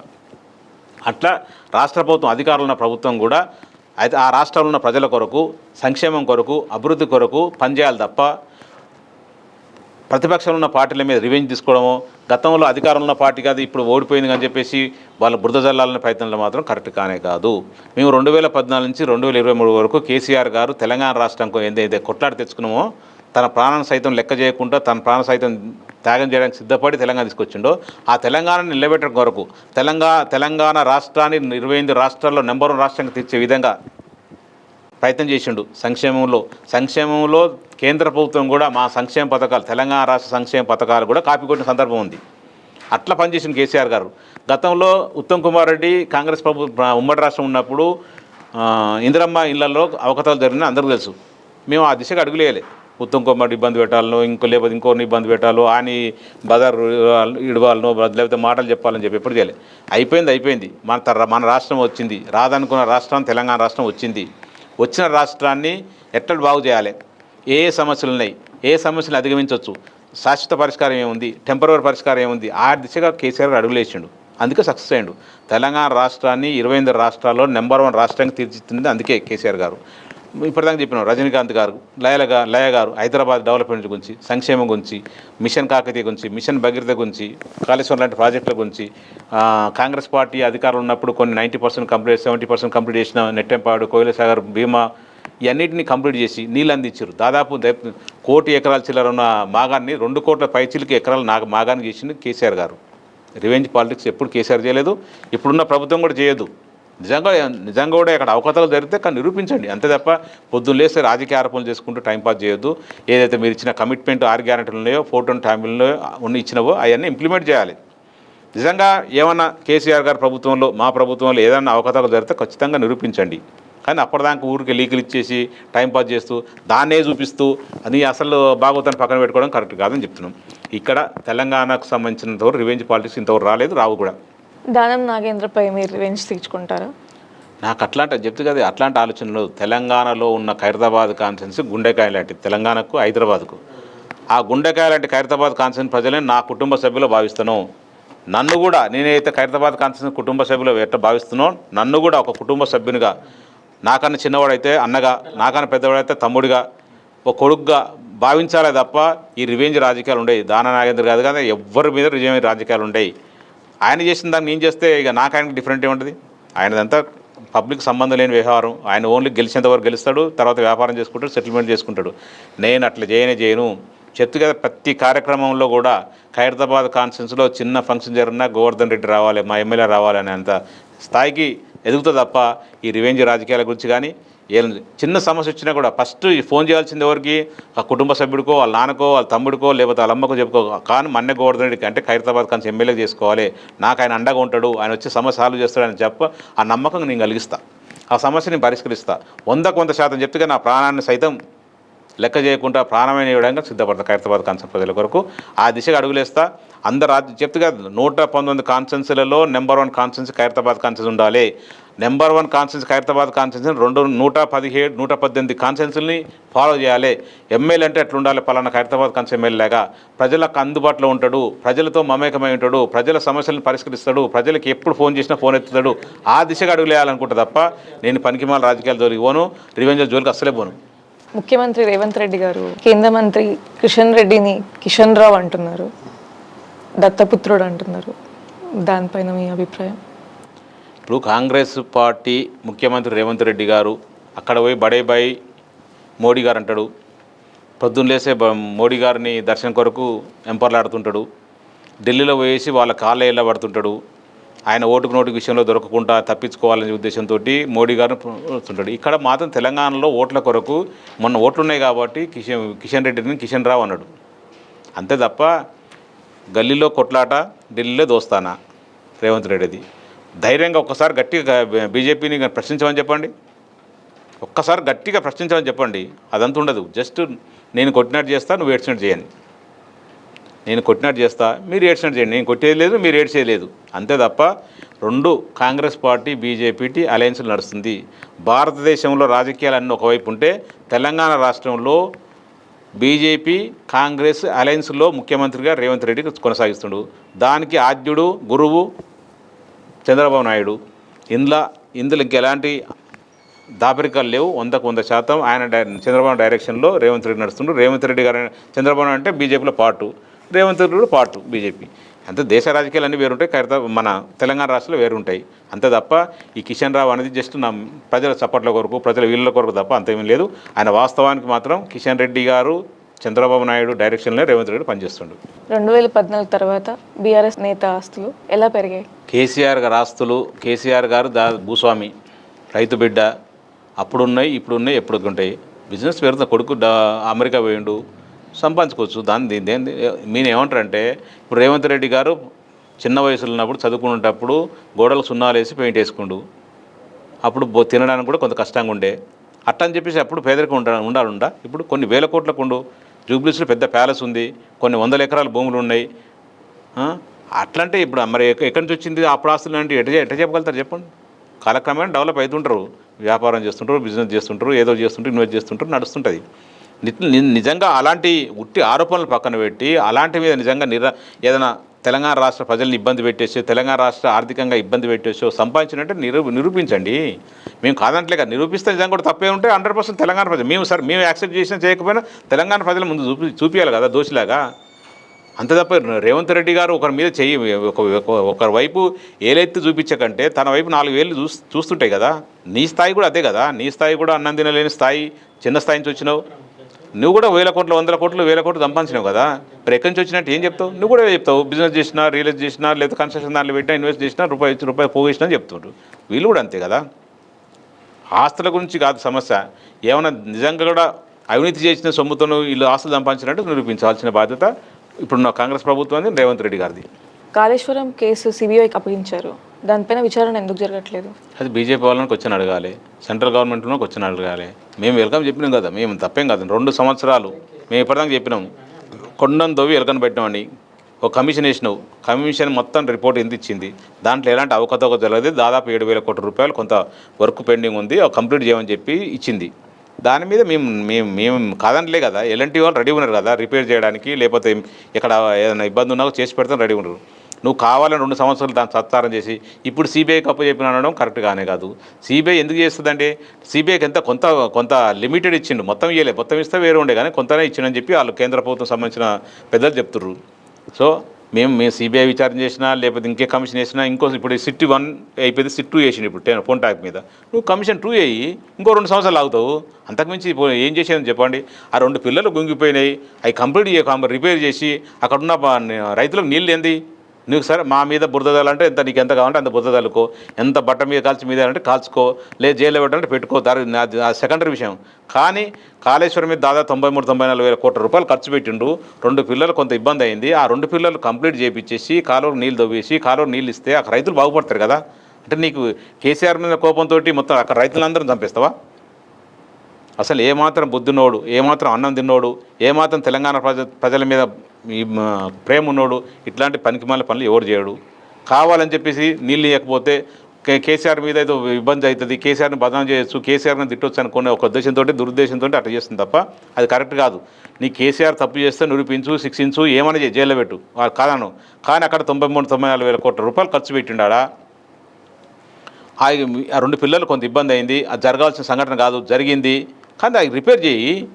అది ఎల్ఎన్టీ వాళ్ళు ఏదైతే ప్రాజెక్ట్ కట్టారో వాళ్ళు చేయడానికి రెడీగా ఉన్న సిద్ధంగా ఉన్నారు కదా, ఎందుకు చేయనిస్తలేవు, ఎందుకు పర్మిషన్ ఇస్తలేవు? చేయండి రా భయ్, కంపల్సరీ ఆ నీళ్ళని నింపండి, ఆ కాలువలను వదిలేండి. అక్కడ దాదాపు 30,000-40,000 ఎకరాలకు నీళ్ళు అందిస్తారు కదా, వాటికి అందిస్తుంది. అండర్ గ్రౌండ్ వాటర్ లెవెల్ పెరుగుతుంది, రైతులందరికీ తెలంగాణ రాష్ట్రం అందరూ మంచి జరుగుతుందని చెప్పేసి ఉద్దేశమే లేదు నీకు. అసలు నీకు ఒక కేసీఆర్ మీద కోపంతో దాదాపు లక్షల మంది రైతులను ఇబ్బంది పెడుతున్నావు అంటే అసలు నువ్వు ఏమాత్రం రేవంత్ ముఖ్యమంత్రివా, లేకపోతే నువ్వు ఏం ముఖ్యమంత్రివో మరి నీకు తెలవాలి. ఒక్కసారి నీకు క్వశ్చన్ వేసుకో, ఒక్కసారి నువ్వేం చేస్తుంది కరెక్టా కాదా, న్యాయమే కాదా? కేసీఆర్ మీద కేసీఆర్ని చూసుకోరు భయ్, అంతే అక్కడున్న వాళ్ళు ఎందుకు ఇబ్బంది పెడుతున్నా అనేది మాకు వచ్చాను. ఇప్పటికైనా సార్ రేవంత్ రెడ్డి గారు, సార్ సిబిఐ ఎంక్వైరీ అవుతా, ఇంకా కమిషన్ వేస్తావా, ఇంకేదేస్తే పక్కన పెట్టండి.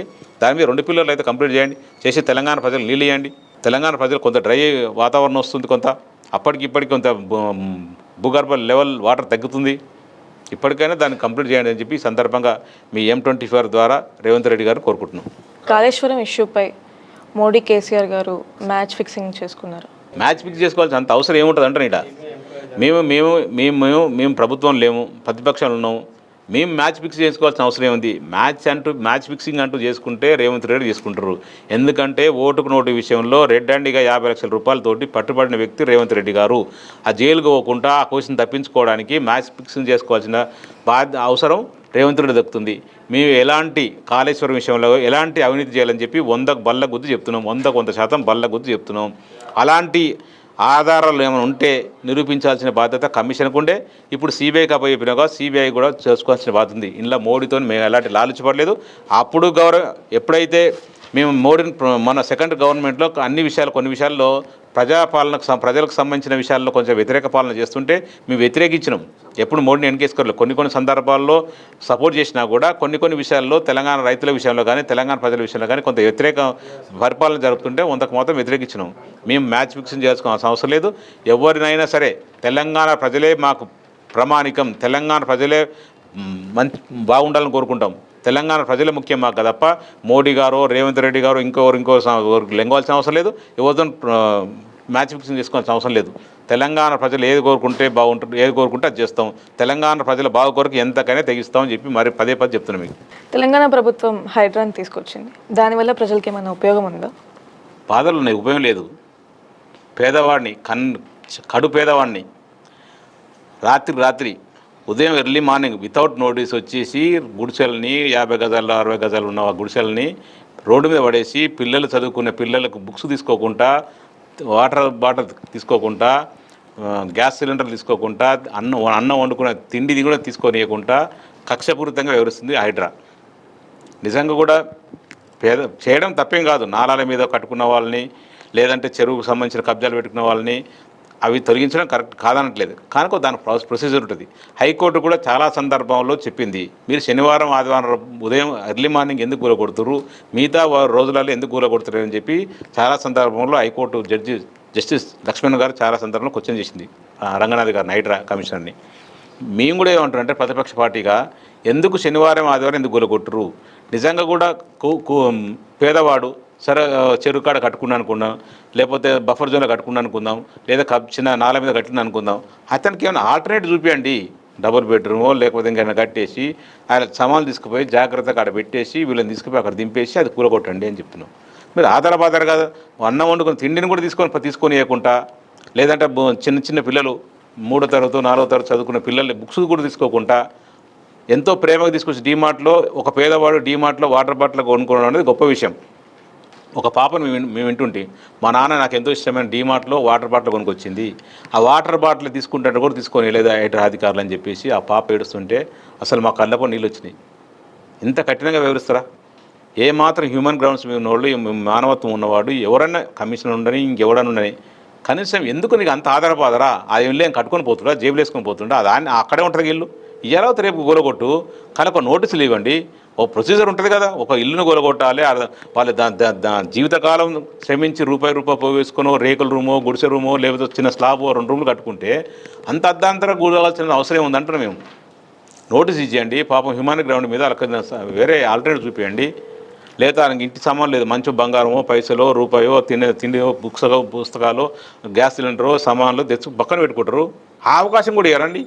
అది 100% ఒక తెలంగాణ బిడ్డగా, ఒక మానవత్వం ఉన్న వ్యక్తిగా నేను మాత్రం దీన్ని తీవ్రంగా ఖండిస్తున్నాను. కొన్ని విషయాలు మంచి జరగవచ్చు, నేను కాదంటలేను. అంటే కబ్జాలు పెట్టి ఊరుకోవాలని అనొచ్చు, ఊరుకోకండి, కానీ ఖాళీ చేయించండి, నేను కాదంటలేను. దానికి ఒక ప్రొసీజర్ ఉంటుంది, ఆ ప్రొసీజర్ ఫాలో చేయండి. ఎందుకు దొంగలాగా శనివారం ఆదివారం ఎందుకు కూలగొడతారు? ఉదయం 6 గంటలకు వచ్చి కూలగొట్టాల్సిన అవసరం ఉంది, 5 గంటలకు కూలగొట్టాల్సిన అవసరం ఉంది. ముందు చెప్పండి, 2 రోజుల ముందు చెప్పండి, బాబు నీ బఫర్ జోన్లు ఉంది, లేకపోతే చెరువు కబ్జాలు ఉంది, లేదా సికంల భూములు ఉంది, ఇది ప్రభుత్వ భూమి, మేము ఖచ్చితంగా ఇది కూలగొడతాం, మీరు వేరే ఆల్టర్నేట్ చూసుకోండి, లేదంటే మేము ఆల్టర్నేట్ ఎక్కడ చూపిస్తాం, ఆడిపోయి ఉండండి అని చెప్పాలి తప్ప ఒక ప్రభుత్వం చేస్తున్న చర్య మాత్రం కరెక్ట్ కాదు. దీన్ని మాత్రం 100% వ్యతిరేకిస్తున్నాం. మేము ప్రధానిగా కేసీఆర్ని, ముఖ్యమంత్రిగా కేటీఆర్ని మేము చూడొచ్చా? ప్రముఖ నాయకులలో ప్రముఖ మేధావులలో ఏదైనా ప్రముఖ రాజకీయ నాయకులు ఎవరు ఉండంటే కేసీఆర్ మొదటి వరుసలో ఉంటారని పదే చెప్తున్నా. 100% కేసీఆర్ గారు ఎలిజిబుల్ వ్యక్తి ప్రధానమంత్రిగా. ఎందుకంటే తెలంగాణ రాష్ట్రాన్ని, కొత్తగా రాష్ట్రం వచ్చిన దాన్ని ఏదైతే 10 సంవత్సరాలని నెంబర్ 1 రాష్ట్రంగా తీర్చిదిద్దిండో దేశాన్ని కూడా 100% తీర్చిదిద్దాడు. ఆ నమ్మకం ఉంది. వెల్ఫేర్లో కూడా నెంబర్ 1 చేయగలడు. ఎందుకు చెప్తున్నంటే ఒక రాష్ట్ర ప్రభుత్వాన్ని, కొత్తగా వచ్చిన రాష్ట్ర ప్రభుత్వాన్ని ఎలాంటి అనుభవం లేని వ్యక్తే ఒక రాష్ట్రాన్ని, ఒక పర్ క్యాపిటల్ కూడా దాదాపు 1,20,000 1,30,000 ఉన్న పర్ క్యాపిటల్ అనే వ్యక్తికి 3 లక్షల పైచీలకు పర్ క్యాపిటల్ తీసుకుపోయినంటే దేశంలో ఉన్న దాదాపు 140-150 కోట్ల ప్రజలను కూడా పర్ క్యాపిటల్ అంత స్థాయికి తీయగలడు. కొనుగోలు శక్తి పెంచగలడు. వాటర్ దాదాపు కొన్ని లక్షల వాటర్ క్యూసెక్ల వాటర్ వేస్ట్ అవుతుంది. అవన్నీ ఇప్పటి వరకు తాగునీటి సమస్యలు లేని చాలా పలు గ్రామాలు ఉన్నాయి. దేశం ఇంత పెద్దగా అనుకుంటాం కదా, ప్రతిసారి అభివృద్ధి చెందిన దేశం అనుకుంటాం కదా. ఇప్పటివరకు తాగునీటి గ్రామాలు ఉన్నాయి, కరెంటు లేని గ్రామాలు ఉన్నాయి. మొన్న ముర్మురు రాష్ట్రపతి గారి ఇంటికి, వాళ్ళ ఊరికి కరెంటు లేకుండా ఆమె రాష్ట్రపతి అయిందాకా, ఆమె రాష్ట్రపతి అయింది కాబట్టి ఆ ఊరికి కరెంటు వచ్చింది. అంటే అట్లాంటి గ్రామాలు ఉన్నాయి. మనం ఇంత ఇప్పటికి కూడా గొప్పలు చెప్పుకుంటాం తప్ప ఇంకా వెనుకబడిన ప్రాంతం ఉంది, వెనుకబడిన విలేజ్లు ఉన్నాయి, వెనుకబడిన రాష్ట్రాలు ఉన్నాయి. ఇవన్నిటి సమన్వయం చేయాల్సిన బాధ్యత ప్రధానమంత్రికి ఉంటుంది. ఈ ప్రధానమంత్రి ఎంతసేపు ఆ రాముడి పేరు చెప్పుకొని టైంపాస్ చేస్తుంది తప్ప, మతాన్ని అడ్డం పెట్టుకొని గెలుస్తుంది తప్ప, ఏదో ఒకటి చేస్తున్నాం అని ప్రతిసారి ఒక గవర్నమెంట్ ఇది చేసిన అది చేసి చెప్తున్నారు తప్ప నిజమైన న్యాయం మాత్రం భారతదేశ ప్రజలు నడుస్తలేదు. అదే ప్లేస్లో మోడీ గారి ప్లేస్లో కేసీఆర్ గారు ఉంటే 100% న్యాయం చేయగలడు. ఏదైతే ఒక ఇన్ఫ్రాస్ట్రక్చర్ లేని దాన్ని తెలంగాణ రాష్ట్రాన్ని ఎంత మంచి చేసిండో భారతదేశంలో ఎంత వ్యవస్థ ఉన్నదో ఖచ్చితంగా డెవలప్ చేస్తాడు. ఖచ్చితంగా కేసీఆర్ గారు ప్రధానమంత్రికి 100కు 100 మార్కులు వేయచ్చు. 100% ఎలిజిబుల్ ఉన్న వ్యక్తి కేసీఆర్ గారు. ఈ కేటీఆర్ విషయం వస్తే మనం చూసినాం, తెలంగాణ రాష్ట్రంలో ఒక మున్సిపల్ శాఖ మంత్రిగా, ఒక ఐటీ మంత్రిగా లేకపోతే పరిశ్రమల శాఖ మంత్రిగా ఎంత అద్భుతంగా పనిచేసినా మనకు తెలుసు. కేవలం ఇసుక మీద అప్పుడున్న కాంగ్రెస్ ప్రభుత్వం కొన్ని 50 కోట్లు 60 కోట్లు ఇన్కమ్ వచ్చింది సంవత్సరం మొత్తం రాష్ట్రం మొత్తం ఇన్కమ్. కానీ మైనింగ్ మినిస్టర్గా 100 కోట్ల రూపాయలు ఆదాయం తీసుకొచ్చిన ఘనత కేటీఆర్ దక్కుతుంది. అంటే అంత ముందు చూపు చేస్తాడు, అంత వ్యవస్థని ప్రజలకు సంబంధించిన ఆస్తిని ప్రభుత్వ ఖజానా రావాలని చెప్పే ఉద్దేశంతో. ఎగ్జాంపుల్ చెప్తున్నా, పరిశ్రమలు కొన్ని లక్షల కోట్ల రూపాయలు పెట్టుబడులు తీసుకొచ్చిన పరిశ్రమలు భారతదేశంలో ఏ మంత్రి కూడా, ఏ ముఖ్యమంత్రి కూడా, ఏ రాష్ట్రానికి రాని పెట్టుబడులు మన రాష్ట్రానికి వచ్చినాయి. దాంట్లో 100% కేటీఆర్ సక్సెస్ అయ్యిండు. ఐటీ శాఖ మంత్రి గతంలో మనది ఏ 50,000 ఎగుమతులు ఉండేది, దాదాపు 150,000 కోట్లకు ఎగుమతి తీసుకుపోయిండు. ఐటీలో నెంబర్ 1. ఐటీ ఒక సందర్భంలో నువ్వు కేంద్ర ప్రభుత్వం ఒక మినిస్టర్ కూడా చెప్పడం జరిగింది, నువ్వు ఐటీ మినిస్టర్గా తెలంగాణ రాష్ట్రానికి కాదు, నువ్వు నీలాంటి ఐటీ మినిస్టర్ కేంద్ర ప్రభుత్వానికి ఉంటే, కేంద్రంలో ఉంటే ఇంకా బాగుంటుంది, ఈరోజు భారతదేశం ఐటీలో నెంబర్ 1 అయ్యేది ప్రపంచంలో అని చెప్పేసి అన్న సందర్భం ఉంది. ఐటీ మంత్రిగా సక్సెస్ అయ్యిండు. ఇంకా మున్సిపల్ శాఖ మంత్రిగా 100% సక్సెస్ అయ్యాడు. హైదరాబాద్ ఎట్లాంటి పరిస్థితులు ఎట్లా తీసుకొచ్చిన, ఇన్ఫ్రాస్ట్రక్చర్ ఎంత డెవలప్ చేసిండు, ఎన్ని ఫ్లైఓవర్లు కట్టిండు, అండర్ పాస్లు పెట్టిండు, ఎన్ని కనెక్టివ్ రోడ్లు పెట్టిండు, 100 ఫీట్ రోడ్ కనెక్టివిటీ రోడ్లు పెట్టిండు. సో కేటీఆర్ గారు కూడా 100% ఒక ముఖ్యమంత్రి అవకాశం ఉన్న వ్యక్తి, ముఖ్యమంత్రి ఉన్న విజన్ ఉన్న వ్యక్తి. అట్లాంటి వారు ముఖ్యమంత్రి అయితే బాగుంటుంది. తెలంగాణ రాష్ట్రానికి ఏ రోజు ఒక రోజు కంపల్సరీ ముఖ్యమంత్రి అవుతాడు. తెలంగాణ రాష్ట్రాన్ని ఇప్పుడున్న డెవలప్మెంట్ని 10 చేసే విధంగా ప్రయత్నం చేస్తారు కేటీఆర్ గారు. ఆ నమ్మకం, విశ్వాసం మాకుంది. రాజకీయాల గురించి కొంతసేపు పక్కన పెడదాం. మీ హోమ్ మినిస్టర్ గారి గురించి చెప్పగలరా? ఆమె 2 సార్లు కార్పొరేటర్గా మంచి మార్కులు తెచ్చుకుంది, మంచి నిరూపించుకుంది. మాకు పాప బాబు 2 ఉన్నారు. వాళ్ళు మంచి చదువుకుంటారు, మంచి ఫుడ్ వండి పెడుతుంది. ఆమె హోమ్ మినిస్టర్గా 100% సక్సెస్ అయింది. మీ పిల్లల్ని కూడా రాజకీయాల్లో తీసుకొద్దామని అనుకుంటున్నారు? ప్రస్తుతం చిన్నపిల్లండి, చదువుకుంటుంది. అమ్మాయి చదువుకుంటుంది, అబ్బాయి చదువుకుంటుండు. ఎవరు ఎప్పుడు ప్రొఫెషనల్ అవుతారన్నది ఎవరు చెప్పలేరు. నేను ఎగ్జాంపుల్ మా రైతు కుటుంబం నుంచి వచ్చిన. మా నాన్నగారు వ్యవసాయం చేసుకునేవాడు. ఉద్యమాలని, కేసీఆర్ ప్రసంగాలని, తెలంగాణ జరుగుతున్న అన్యాయం గురించి రాజకీయాలకు వచ్చిన. మా పిల్లలు ఎట్లా వస్తారని మనం ఏం చెప్పలేము. అవకాశం ఉంటే 100% ఎంకరేజ్ చేస్తాం. వాళ్ళ ఇంట్రెస్ట్ని బట్టి ఉంటుంది. చదువుకొని ఉద్యోగాలు సెటిల్ అవుతాం, లేకపోతే వ్యాపారం సెటిల్ అవుతాం అంటే ఆ విధంగా పంపిస్తాం. లేదా రాజకీయంగా వస్తాం, ఆయన కూడా ప్రజలకు సేవ చేస్తా అంటే వెల్కమ్. అదేం కొత్త ఏం కాదు, వింత ఏం కాదు. మేము అన్నిటికీనే ఏదో రకంగా ఒక మనిషి పుట్టినవాడు ప్రజాసేవకాన్ని అంకితం కావాలి. తన ఫ్యామిలీ తనను రక్షించుకోవడానికి ఉద్యోగాన్ని చేయాలి, లేదా బిజినెస్ చేయాలి. కాకపోతే నా ఇంటెన్షన్, నా వ్యక్తిగత ఇంటెన్షన్ ఏంటంటే ఒకరిని ఇబ్బంది చేయకుండా, ఒకరి ప్రాణహాని కల్పించకుండా, లేకపోతే ఒకరిని అన్ని రకాలుగా ఇబ్బంది చేయకుండా, తనకు తాను మంచి బతకడం కొరకు వేరే ఇబ్బంది పెట్టద్దు. తను హ్యాపీగా ఉండాలి, అందరూ హ్యాపీగా ఉంచే విధంగా బతకాలని మనస్ఫూర్తి కోరుకుంటాను. తెలంగాణలో జనసేన పార్టీని ప్రారంభిస్తున్నారు, దాని మీద మీ అభిప్రాయం? జనసేన పార్టీ తోకపార్టీ, అక్కడనే దిక్కులేదు. ఆంధ్రప్రదేశ్లోనే ఆడనే అలయన్స్లో నా 20 సీట్లు తెచ్చుకొని గెలిచిండు ఆయన. ఈడొచ్చి చేసేది ఏం లేదు. గతంలో కుక్కటిపల్లిలో పోటీ చేసిండు, ఏమాత్రం ఓట్లు వచ్చినా ఆయన తెలుసు. ఇవన్నీ తెలంగాణ రాష్ట్రంలో 3 పార్టీలు, ప్రధాన పార్టీలు ఉంటాయి, గుర్తుపెట్టుకోండి. 1 బీఆర్ఎస్ పార్టీ, 2 కాంగ్రెస్, 3 బీజేపీ. ఇంకా కొత్త పార్టీలు పుట్టుకురావడానికి అవకాశం లేదు. అట్లాంటి ఆలోచన వచ్చినా కూడా వేస్ట్ అని చెప్పి మాకు తెలుసు. గతంలో షర్మిల గారు తెలంగాణ వైఎస్ఆర్సీ పార్టీ అని పెట్టింది, అడ్రస్ లేకుండా పోయింది. నేను చచ్చినా బతికినా ఇక్కడ ఈ తెలంగాణ కోడల్ని, నా బిడ్డ ఇక్కడే పుట్టిన, నా కొడుకు ఇక్కడే పుట్టిన అని చెప్పేసి ఏదో ప్రగల్భాలు పలికిరు. ఎక్కడ పోయారు తెలుసు మీకు. తెలంగాణ రాష్ట్రంలో ఇంకో పార్టీకి అవకాశం లేదు. ఏమైనా ప్రధాన పార్టీలు 3 ఉంటాయి. ఇంతో కొంత చిన్న చితక ఉంటే కమ్యూనిస్ట్ పార్టీలు ఉన్నాయి, అవి చూసుకుంటే తప్ప ఇంకో పార్టీలకు అవకాశం లేదు. జనసేన పార్టీ తోక పార్టీలు ఎన్ని వచ్చినా ఏం వచ్చినా ఎవరికి ఎదురలేదు, సచ్చేయలేదు, పోయలేదు. అనవసరంగా ఇక్కడ ఉన్న ఇంతో కొంత ఒక పవర్ స్టార్ పవన్ కళ్యాణ్కి ఒక సినిమా హీరోగా అభిమానిస్తారు. ఆ అభిమానం కూడా ఒకటి చూసుకోవాల్సిన బాధ్యత పవన్ కళ్యాణ్కి ఉంటుంది. తర్వాత ఆయన ఇష్టం. ఓకే సార్, మీరు ఇచ్చిన ఛాలెంజ్ మేము యాక్సెప్ట్ చేశాము. M24 రేపు మీ నియోజకవర్గంలో దానం నాగేంద్ర లేదా మన్నె గోవర్ధన్ రెడ్డి ఎవరు అనేది రేపు మేము వెళ్ళి చూడొచ్చా? వెల్కమ్. M24 టీవీ ద్వారాని మేము మనస్ఫూర్తిగా ఆహ్వానిస్తున్నాం. ప్రజలు ఏమనుకుంటారో దానం నాగేంద్ర గురించి, లేదా మన్నె గోవర్ధన్ గురించి, కేసీఆర్ గురించి ప్రజల స్పందన ఎలా ఉంది, ప్రజల రియాక్షన్ ఎలా ఉంది, దానం నాగేంద్ర అనే వ్యక్తిని 100 మీటర్ల కొయ్యి తీసి పాతి పెడతారా, లేదా భూస్థాపితం చేస్తారా, మీ M24 టీవీ ద్వారా విందాం. ఖచ్చితంగా నెక్స్ట్ ప్రజల నుంచి వచ్చిన స్పందన చూసి మమ్మల్ని ఇంటర్వ్యూ పిలవండి, మళ్ళీ ఆ స్పందన గురించి మాట్లాడుకుందాం మీ M24 టీవీ ద్వారా. మీ కాన్స్టిట్యున్సీ ప్రజలకి చివరిగా మీరు చెప్పే మాట? ఖైరతాబాద్ కాన్స్టిట్యున్సీ ప్రజలకు చిన్న విన్నపం ఏంటంటే, రాబోయే రోజుల్లో కొంత శాతం దానం నాగేంద్ర లాంటి రాజకీయ వ్యభిచారి ఖచ్చితంగా డిస్క్వాలిఫై అవుతాడు. 100% ఖైరతాబాద్ కాన్ఫరెన్స్లో ఎలక్షన్లు వస్తున్నాయి. ఇప్పుడైనా సరే కేసీఆర్ గారి పాలనని, కేసీఆర్ తెలంగాణ తీసుకొచ్చిన విధానాన్ని, తెలంగాణలో తన చావుని కూడా సైతం లెక్క చేయకుండా తన ప్రాణానికి సైతం వదిలిపెట్టడానికి తెలంగాణ కొరకు కొట్లాడిన వ్యక్తి కేసీఆర్ గారు. తెలంగాణ సాధకుడు కేసీఆర్ గారు పెట్టిన పార్టీ బీఆర్ఎస్ పార్టీ. గత 10 సంవత్సరాలు కేసీఆర్ గారు చేసిన అభివృద్ధిని, సంక్షేమాన్ని దృష్టిలో పెట్టుకొని రాబోయే ఎలక్షన్లలో ఖచ్చితంగా కేసీఆర్ గారు పెట్టిన అభ్యర్థి నేను మన్నె గోవర్ధన్ రెడ్డిని ఖచ్చితంగా గెలిపించాలి. కేసీఆర్ గారి జైత్రయాత్రని ఖైరతాబాద్ కాన్ఫరెన్స్లే నుంచే స్టార్ట్ చేయాలని చెప్పేసి, ఖైరతాబాద్ కాన్ఫరెన్స్లో గులాబీ జెండా రెపరెపలాడే విధంగా ఖైరతాబాద్ కాన్ఫరెన్స్ గెలిపే కేసీఆర్ గారికి బహుమానంగా ఇవ్వాలని చెప్పేసి ఖైరతాబాద్ కాన్ఫరెన్సీ 3 లక్షల ఓటర్స్ని రిక్వెస్ట్ చేస్తున్నాను. ఖైరతాబాద్కి ఉప ఎన్నిక వస్తే గెలవాలని కోరుకుంటూ. థ్యాంక్ యూ సంజన గారు. మీరు కూడా M24 ద్వారా మీరు కూడా మంచి యాంకరింగ్ చేశారు.